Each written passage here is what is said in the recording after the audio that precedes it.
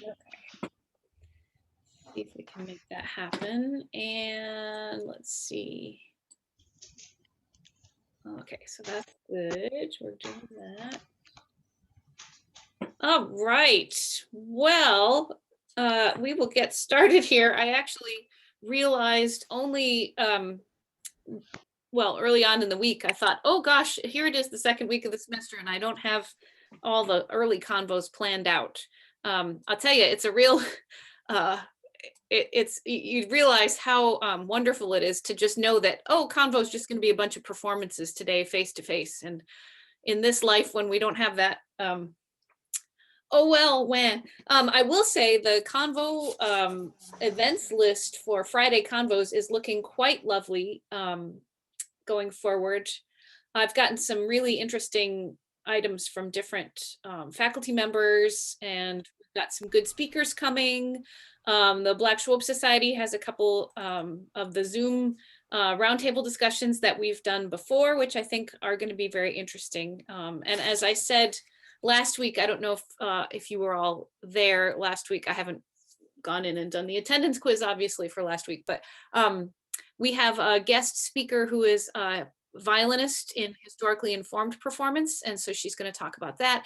And we're going to have Matt Gates, our own CSU almost alumnus, Matt Gates, talking about playing in the Glenn Miller Orchestra, which is a touring ensemble.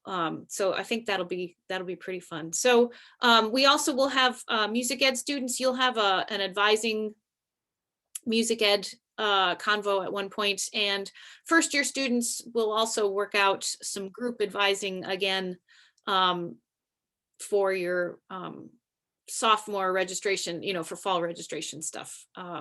So to help you again sort of learn how to do it yourself and send you off to the next level of advising and self-service, so to speak. So today I decided, because it was frankly the easiest thing to put together at my desk, I thought, well, either I could teach them how to do Renaissance dancing, or I could teach them about resumes. And since somebody did ask about that last semester, I thought, oh, maybe I should actually get to that this semester. So I'll save the Renaissance dancing just in case other plans fall through, and I'll teach you how to pavane and galliard some other time.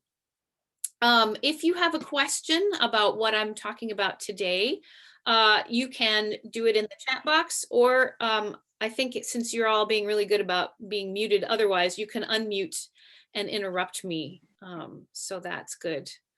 I see we have Samuel with us. Congratulations again to Samuel. Woo-hoo, on your competition win. That's pretty amazing.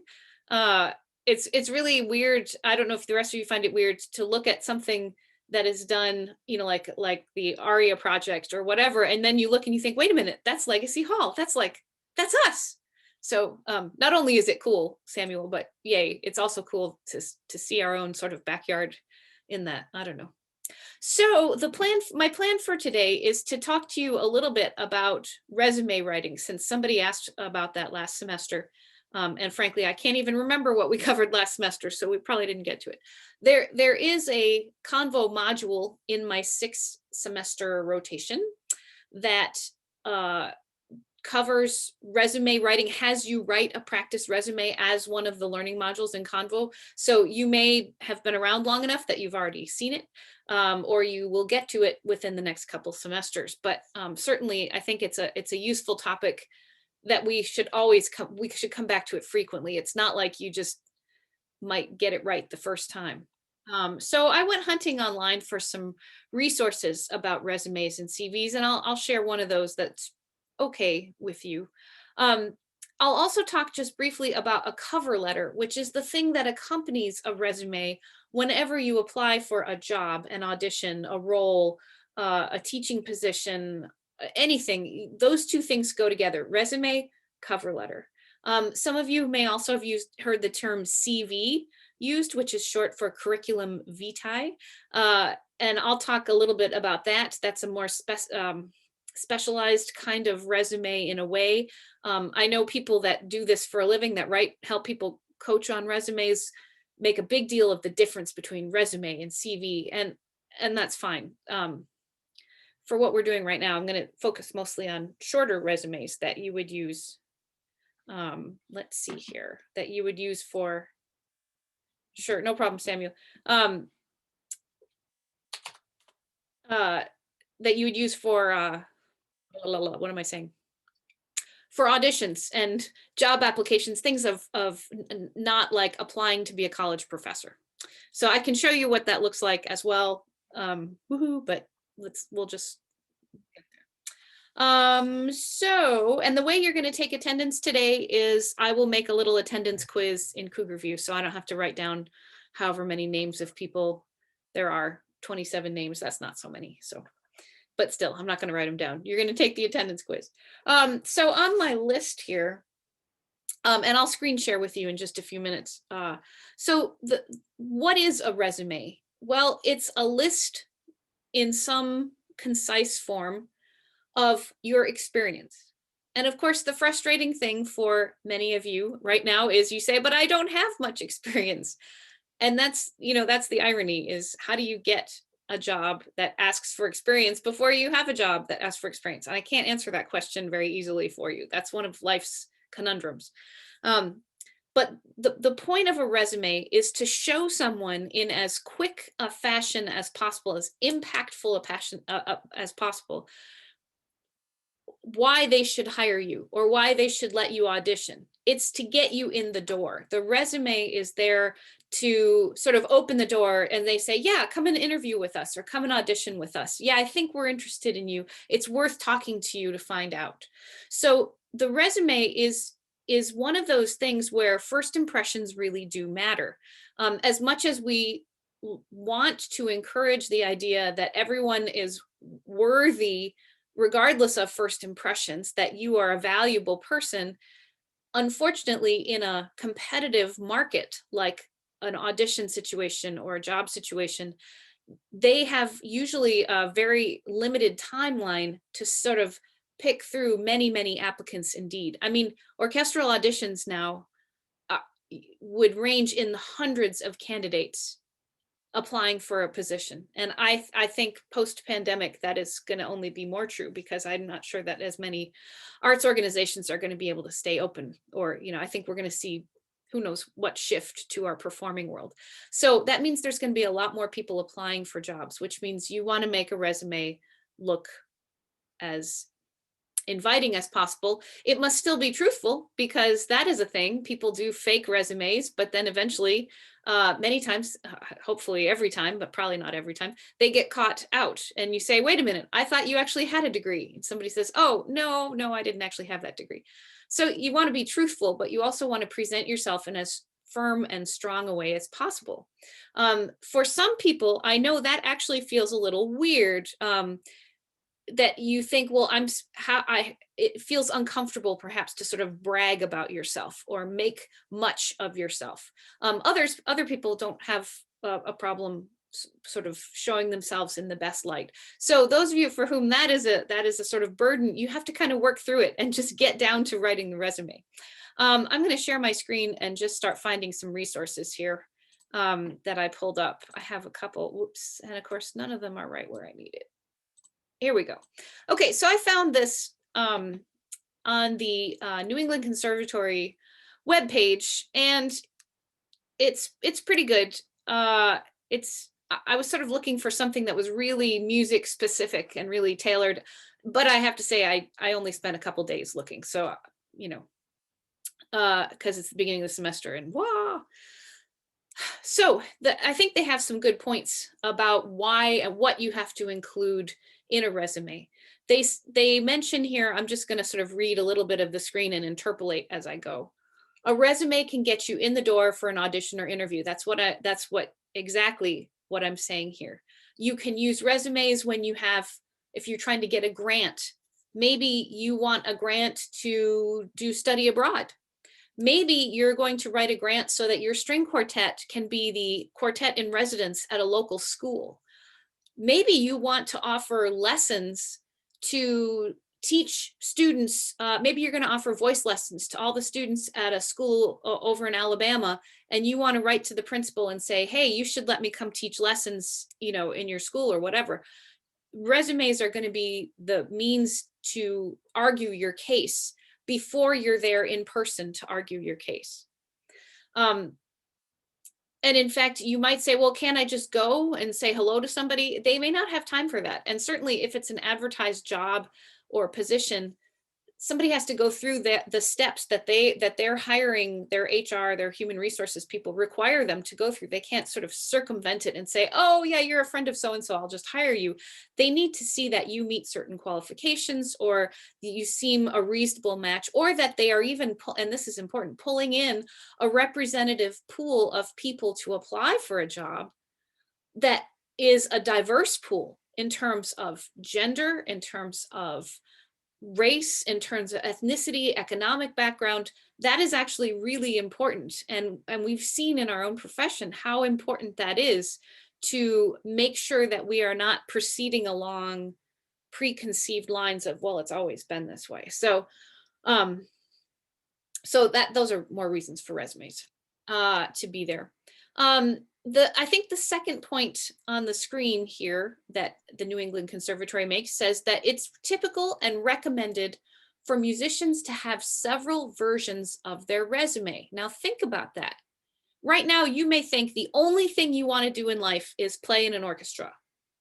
The only thing you want to do in life is be a choir director in a public school.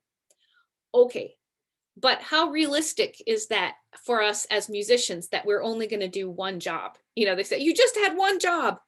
They never say that about musicians. We don't ever just have one job. We have lots of jobs. So, you know, you don't have to develop 5 versions of your resume right now, but you have to be aware that you will have different versions of your resume. So I'm going to talk about that in just a second as well. I'm making a note to myself, because some of you are not very good at organizing files and different versions. So I'm going to make a note to talk about that.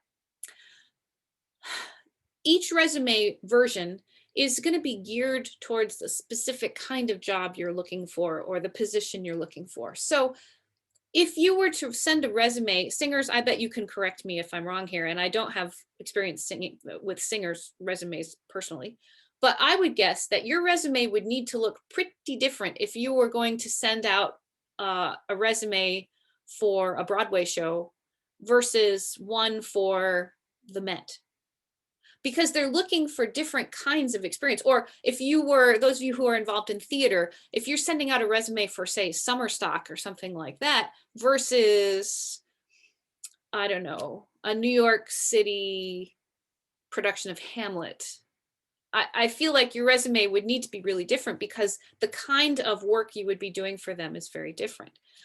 Okay. Their third point, the challenge in creating a resume is to write it from the perspective of the employer's needs. In other words, you have to pretend that you are trying to hire yourself. And when you're highlighting stuff, putting it in order in your resume, you want to address the position that you're applying for, the job. You're trying to make sure that the employer looks at your resume and says, oh yeah, bing, bing, bing. Those are the 3 things I need in an employee. Great. I don't have to read any further. It's easy to let our own excitements and enthusiasms realign our resumes. You know, like, I like to do Renaissance dancing. Yay me. But if I'm applying for the horn position, like a couple of years ago, if I'm going to play the second horn audition for the Columbus Symphony, do they care about my Renaissance dancing hobby? Not at all. And that would have nothing, that would just be a waste of paper space. So I wouldn't highlight that in that resume. Now, if I'm applying for a college position that's, say, in the humanities or something like that, might that be an attractive addition to my resume? Sure. So you have to sometimes move the things that are most exciting to you to a secondary position. And again, that can feel kind of weird, or you think, but that's I'm sort of not paying attention to half of me or some important part of me, right? But if you're going for an audition or a specific job, that may be what you need to do to get in the door or get noticed. They do say in number 4, and this is true, statistics show that employers spend less than 30 seconds scanning a resume. Less than 30 seconds. That is less time than you spend looking at the emails I send you through the School of Music. I thought that was funny. I don't know if anybody else laughed. So yeah, less than 30 seconds scanning a resume. Their eyes are scanning down the page to hit keywords and key phrases to see if it's worth even having you around for an interview. Okay. If you're writing a performance resume, that is to audition, any kind of orchestral job, opera, whatever, you want to keep it to 1 page. They don't want to read 5 pages. So that means as you grow as a musician and a person and you have more experiences, you're going to move things out of your resume so that the new, most recent, impactful experiences stay in, or whatever is the most impactful. So, if you are a first-year student and you have not only, but you have high school performances and all state and those kind and things at that level, right now that might be what's on your resume. If you do a master class with a guest artist from the Atlanta Symphony, you would put that on your resume, maybe. I'll talk more about specifics in a second. But as you grow, as you move your way through your college career, those high school things drop off your performance resume and you move new things in. As you go out into the world after college and start performing and teaching and engaging with people, maybe you go to graduate school, then you change that resume. I mean, I don't, the resume is constantly in evolution. I feel vaguely guilty when a year goes by and I haven't actually brushed up my resume, partly because I think, oh, what am I going to forget to put on it? But also, oh, I should actually make it more current. So some of these things I haven't yet done in today's demonstration, like design a letterhead at the top of your page with your name, address, email, and phone and telephone number. Use an attractive and professional looking font. Use the same letterhead on your cover letter. There are lots of easy, nowadays, word processing is so much easier. You can find templates for fonts and things like that. Here are some things that we should just say about general formatting. Those of you who watched Legally Blonde, you do not want to make your resume pink and have good smells. Do not do that. If you haven't watched Legally Blonde, that is a good example, if you feel like watching a movie this weekend, of how not to do a resume. But you want to use a font that looks modern, that is not hard to read. So don't use one with lots of curly cues in it, curls, for example. Don't use Comic Sans. Don't use condensed fonts because they are hard, the letters are sort of squished together. So you don't want to use those. The one that this page from New England is printed with, this looks like Times New Roman, which is kind of old fashioned nowadays. We can talk about fonts if you want. Somebody asked me a question about fonts and I'll be glad to geek out about fonts if you want. You want your information, your contact information, to be clear and visible. So I'm going to show you, I made a quick, seriously, I just did this because I couldn't find my playing resume. So I just redid it and it looks terrible already. I hate it. Oopsies. Okay.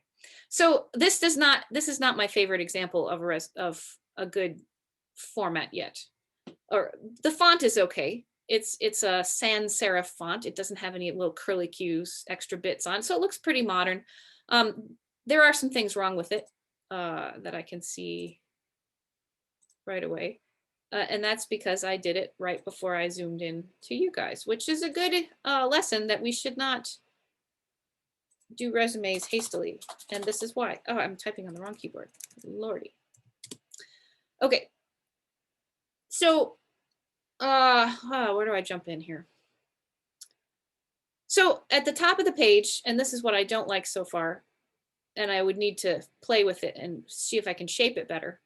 I have my name, and if this were a playing resume, it would say Horn, my address, and notice I'm not abbreviating the state. That's generally more proper to not use the postal abbreviation. If you are sending a resume to another country, say you're applying for an orchestra in Mexico City, you should make sure that you say what country you're in, if it's not the same country as where the job is. Because why should you assume that everybody knows where Cookeville, Tennessee is? I should not assume that. Then you would list your your information. There are a couple things here that I don't like. And I just, like I say, I just did this 10 minutes before we zoomed on. This is not my actual phone number. If you try and call it, I don't know what you'll get, but you won't get me. Here's my email address, and here is my web page. When you put web pages and email addresses on a piece of paper, you should not allow the hyperlink to be active. So, oh, Lordy. Remove link. There we go.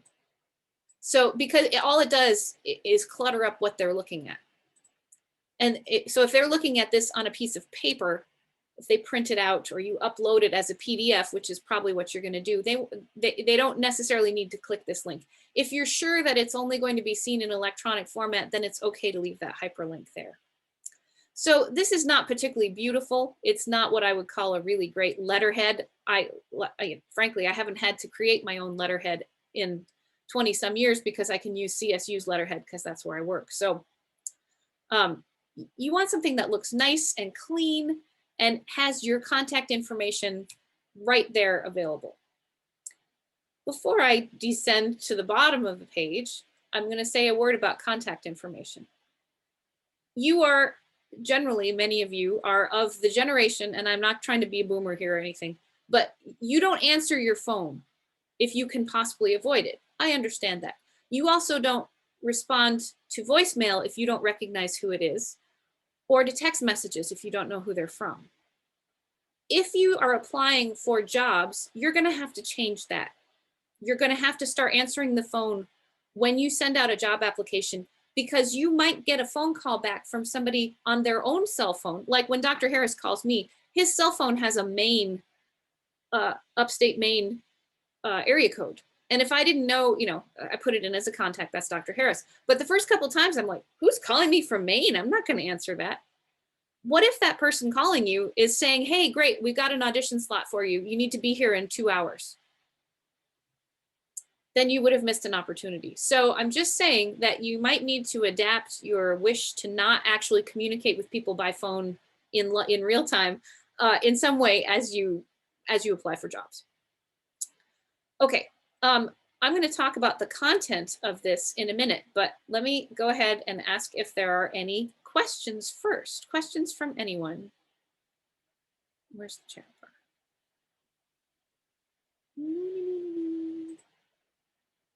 No? Everybody okay? Okay. All right. So again, this is a pretty brief resume. And again, it looks messy. So what I would do is take out, well, let me start over again. This is why you should not do a class lesson plan without a good plan. So first of all, formatting.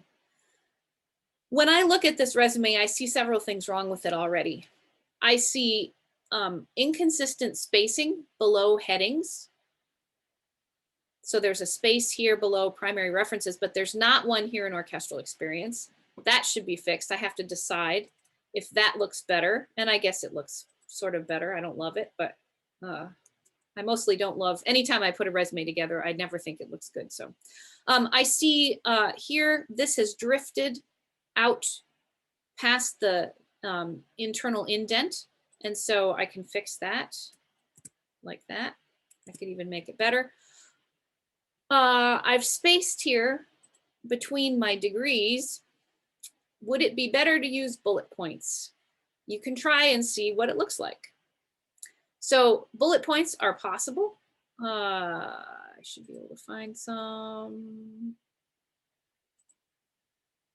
There's a bullet point that looks rather horrendous. Oops. Don't do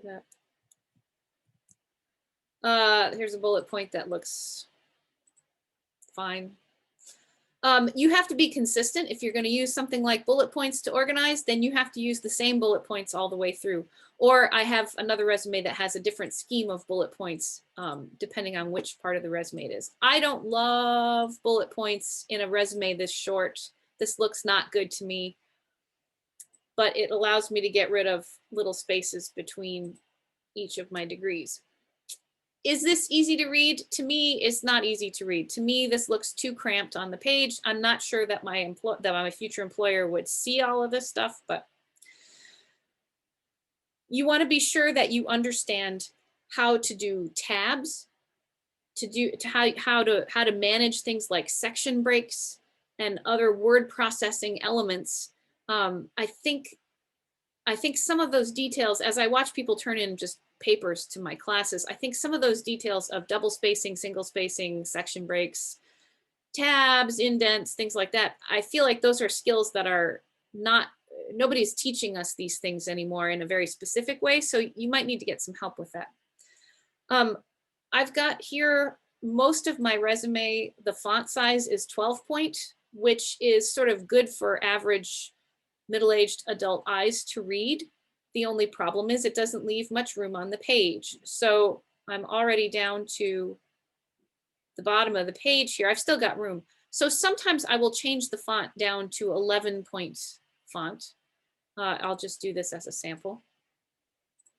And it's still legible. I use when in normal life, when we're having convo performances, I will use 11 point fonts on convo programs, for example, to save space. I wouldn't go down to 10 if you, unless you just really have so much to put on there. Okay, I'll just undo that for now. What goes in a performing resume? Okay, you have to decide what it is. So let's pretend, it's not very hard to pretend, that I'm taking the Columbus Symphony audition for second horn, which they did a couple years ago. And I did that audition. You'd think I could find my resume, but no. It looked something like this. It told them that my education had these 3 degrees that all are in horn. Many people will put their teacher's name.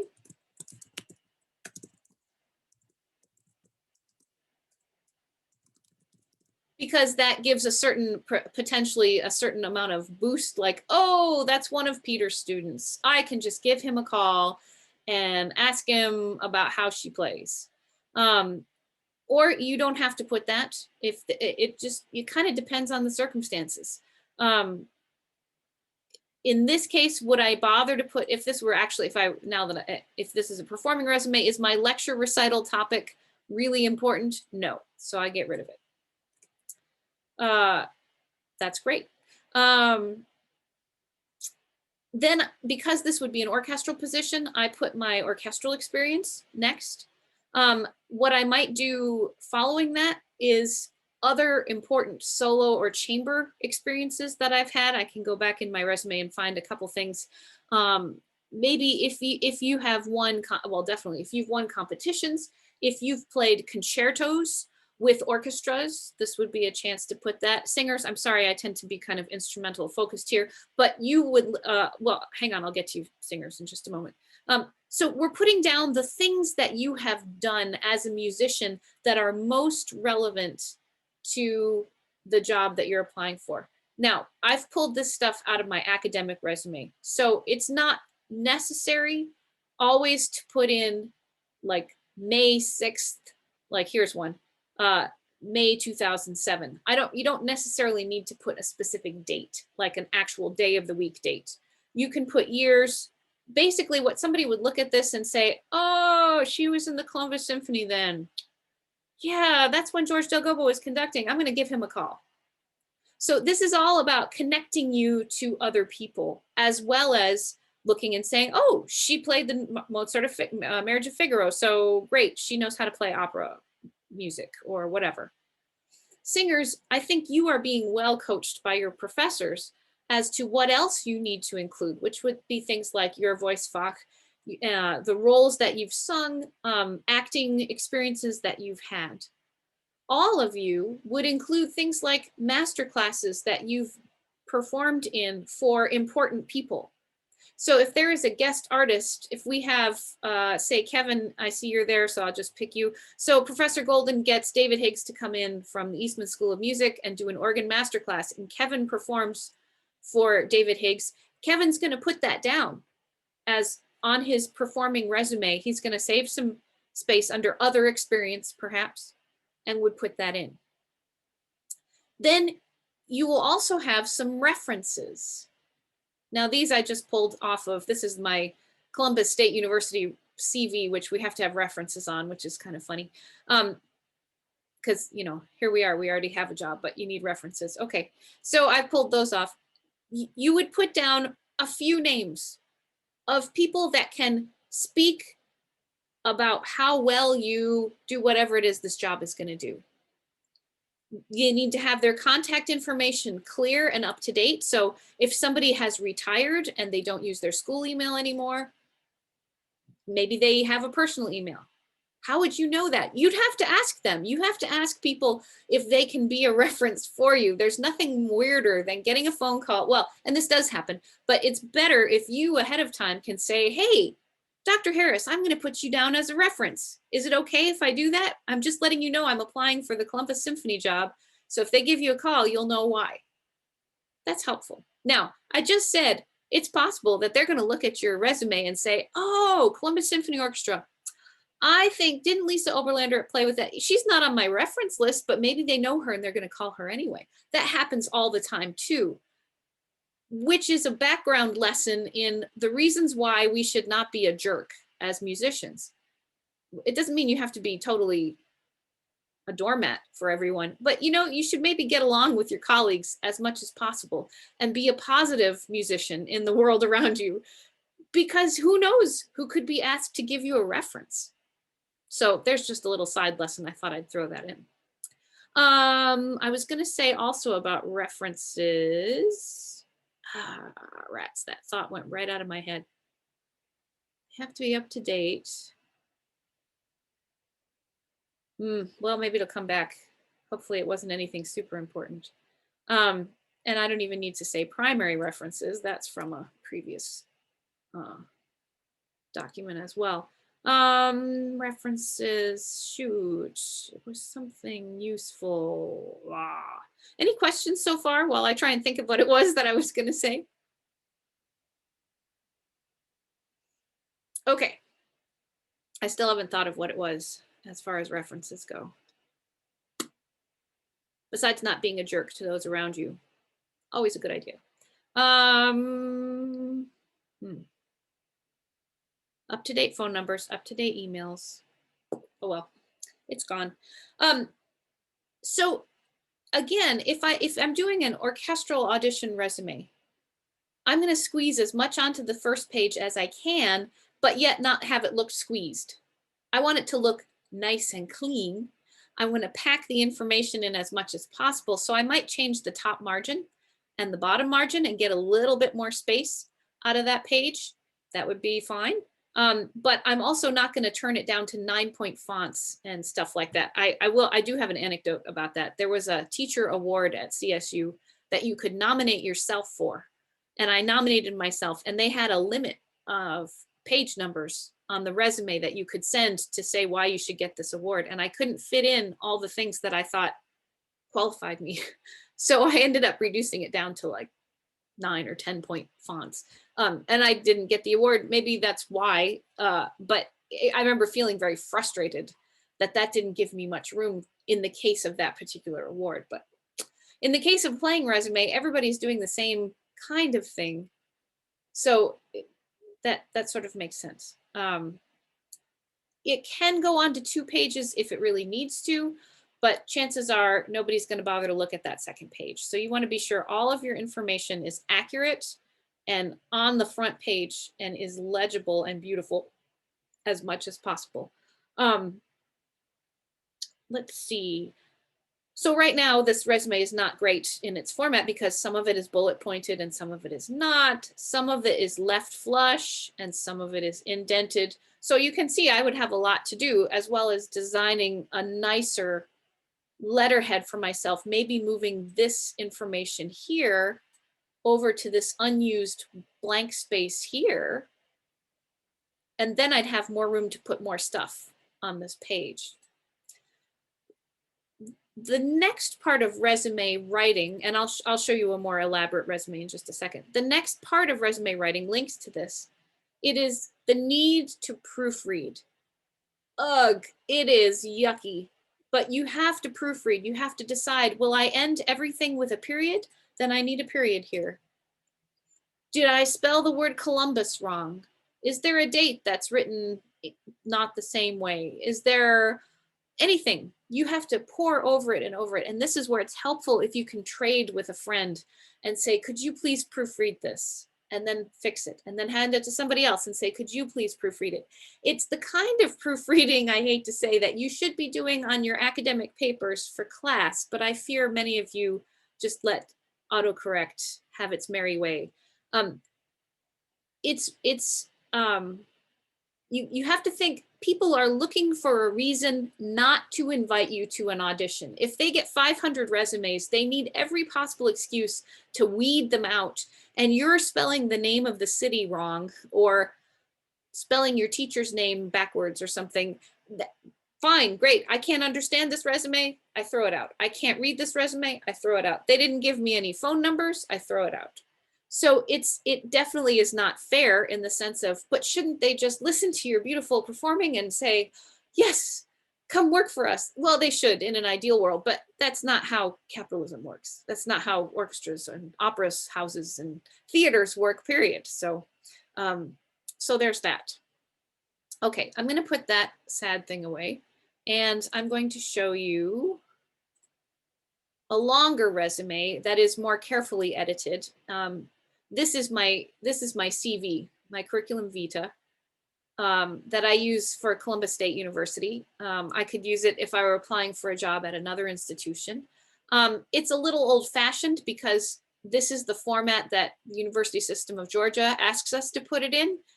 So this centered heading at the top is not very attractive. It should be a nice for, you know, the idea of letterhead for yourself. If I were sending it to somebody, that's what I would do. And it's a long document. It's 19 pages long. Why? Because I've taught at CSU for 24 or 25 years. Actually, I don't even know. So there's a lot on there. This is a record of me as a professor at Columbus State University.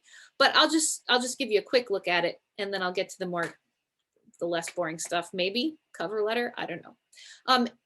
A good academic resume if you're going to apply for a teaching position, and I think this would hold true if you're applying for a band director position. You want to put your education first and then your experience. Now that's not unlike the performing resume that we did just a minute ago with orchestral experience at the top, because these are the things that are central to whatever job you're going to get. So great, here's all my teaching experience, and it goes all the way back to even when I was grad school and before grad school when I was a band director. These are all, it's not all the teaching I've ever done in my life, but it's the stuff that seems the most impactful and relevant. Okay. Other duties, boring. Special interests, this again, if you have, here's where my love of Renaissance dancing could potentially end up put there, but you see my horn teaching was highlighted there. Chamber music, classroom teaching, all that good stuff. That's especially useful when you're applying for a college job and you want to be as useful to the college as possible and be able to teach as many things as possible. So it's handy that I've taught every theory and oral skills class, et cetera, et cetera. Study abroad. I led several study abroads over the years, so that's all there. Memberships. If your memberships or languages, singers, you know, you have to have proficiency in different languages. So all of you, instrumentalists as well, if you are proficient in a particular language, hey, great. If the ensemble you're applying for is touring in Japan and you speak Japanese, you might be a good employee to have along because they know that you would be helpful to be able to speak to people. So that could help.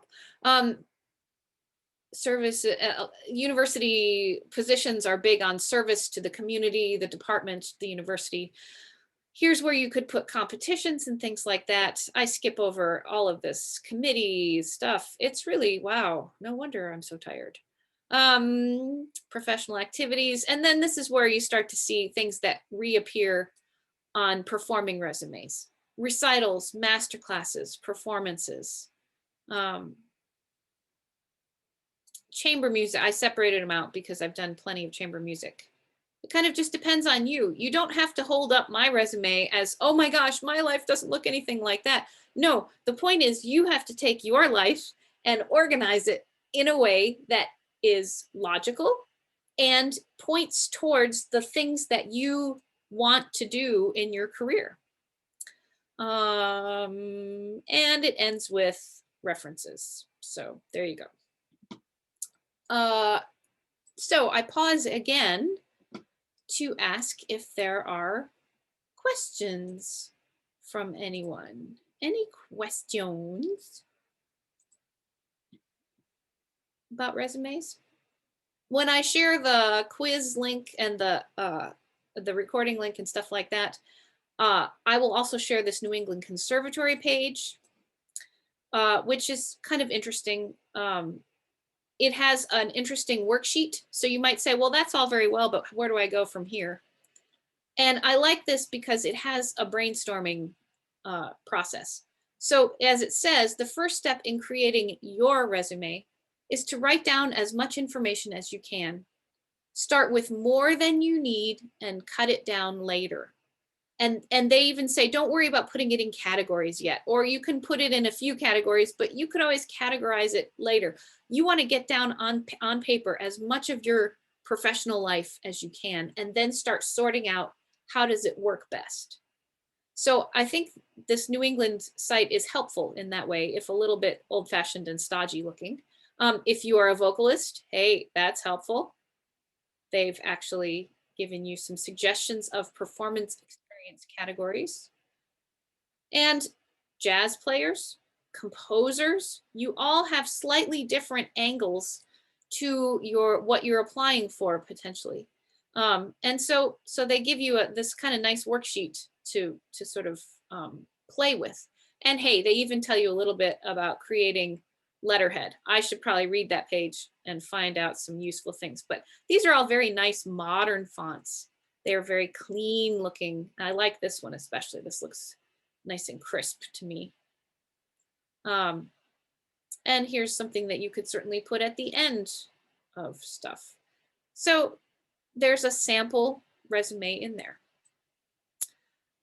So I think the thing about resumes is you want to have one ready if you get an unexpected opportunity to audition. I remember when I was in grad school at Eastman, the New World Orchestra conductor, I can't remember who it was at the time, was there. And somebody introduced me to him and he said, oh, a horn player. He said, come in here into the auditorium. He said, why don't you audition for me right now? And I was like, whoa, whoa, okay. I didn't have any music or anything. It didn't go very well. I was not expecting it. I was very nervous. But we just walked into the Eastman Theater. I stood there in the aisle. We didn't even go up on stage, and played as many excerpts as I could think of from memory for this guy. I don't know why he did that. I don't know why I said yes. Maybe I should have said, could we come back to this in 10 minutes? I'll go get my music. But the point I'm trying to make here is that it's entirely possible that something comes up unexpectedly, so that you haven't had a month deadline to get a resume ready, but maybe you have. So it's a good idea to start thinking now, if you have a slow weekend, put a resume together. Hey, at least if nothing else, you'll have the Convo assignment for like next semester already done. Okay, I'm almost done here. I'm going to stop talking shortly. The other thing I'll just mention, because it goes with the resume, is a cover letter. And so I have one here. I just started typing this while I was turning on the Zoom meeting for today. So a cover letter goes with, a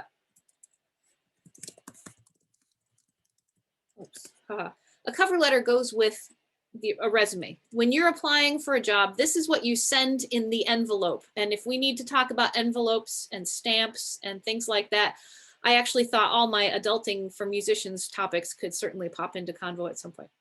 Anyway, a cover letter is what is more personal. It's you saying, hi, audition committee, here is my resume that I'm enclosing. And it's your opportunity to introduce yourself and to point out the things you especially want them to see in your resume. I wanted to point out that I'm eminently qualified to teach at Hogwarts because I've taught lots of music classes before, and I've had a band, and I know how to conduct choirs, and you want me to do all those things. This is how I'm a good fit in this job. Maybe it's, these are the competitions I've won. I'm clearly qualified for this job. Or I've played in many orchestras before. Or in the case of if I'm applying to Hogwarts, the fact that I've been to the UK several times on study abroad, maybe that's helpful. So the cover letter is a chance to briefly say, hi, it's me. They get a chance to know who you are. You don't want to make it longer than one page because they don't want to hear you natter on. They want to just get to your resume. They might not even look at your cover letter. They may just toss it on the floor and go right to the resume. That could happen, but you're going to give it a try here. Now, I'll mention I've sat on many, many committees to hire faculty over the years, and I've read lots of cover letters and lots of CVs for people applying for positions at Schwab. And here's one of the most common things that you see when people are applying for lots of jobs. Say you're a senior and you're going to apply to lots of grad schools. You might write several cover letters to do that, or you're applying to lots of orchestras. So you're tempted. You got a lot of these to write. You're going to cut and paste, right? You're going to copy and paste. You're just going to use this as my template, and I'll just change the names and apply for that new job. And you think, great, I've done it just very well. Look carefully here in my second paragraph. This is the common mistake that I see all the time. I'm applying to Hogwarts, right, which is in England. Make me a strong candidate for the position at the University of Indiana. Oops, maybe that was the thing I applied for in the previous letter and I forgot to cut it and out and change it. So again, if you're going to copy and paste to save yourself time, fine. Better ask yourself, would it have been better to rethink this letter from scratch so that I can address it specifically to this job and these people and why I'm qualified for this exact job? Maybe so. If you copy and paste, you have to proofread and proofread and proofread and proofread. So I go back to my regular screen. I am going to pause there. Any questions that I could answer right now? I mean, I can't imagine that this was particularly thrilling, but if somebody wants me to do more of this later in the semester, I guess I could. Yeah, so ask me questions or tell me things or whatever.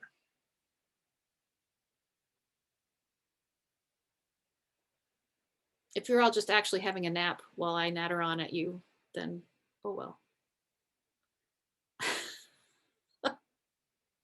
Yeah, I see that. I will put Andrew asked if these documents are available on Cougar View. I will spend a little time putting them into shape so that they look like better demonstrations, and I will put them in a little folder on Cougar View under Friday Convos. I'll put them in a little set aside bit in the contents on Cougar View. How about that? Awesome. More questions, etc. Okay, everybody made it so far through 2 weeks of class? Doing all right? I worry about you all the time, all of you. I worry that you're going to get sick or something. So keep wearing those masks, wash those hands, stay away from I worry about me most of the time. Okay, good. Ethan. That's good. We all worry about ourselves. That's a good place to start in this case. So I'm working on the fall class schedule. I'll just say to everyone, I'm working on the fall class schedule as if there's going to be no pandemic, which is what I'm instructed to do. We'll see how that goes. But if you have any concerns about courses that need to show up for the fall class schedule that I might forget about or might not normally be there, everybody just email me and let me know. So great. I'll hang out here for a little bit. So if anybody needs to say hello or ask me a more specific question, I can do that. But otherwise, I think you'll be good to go. Like I say, there'll be a little attendance quiz. That'll be something about resumes and cover letters, very simple question to answer to prove that you were here at this little lecture. So that's how you can get your attendance for today. All right, so feel free to Zoom away, those of you who would like to Zoom away. If you want to just hang out for a few minutes, I'll hang out.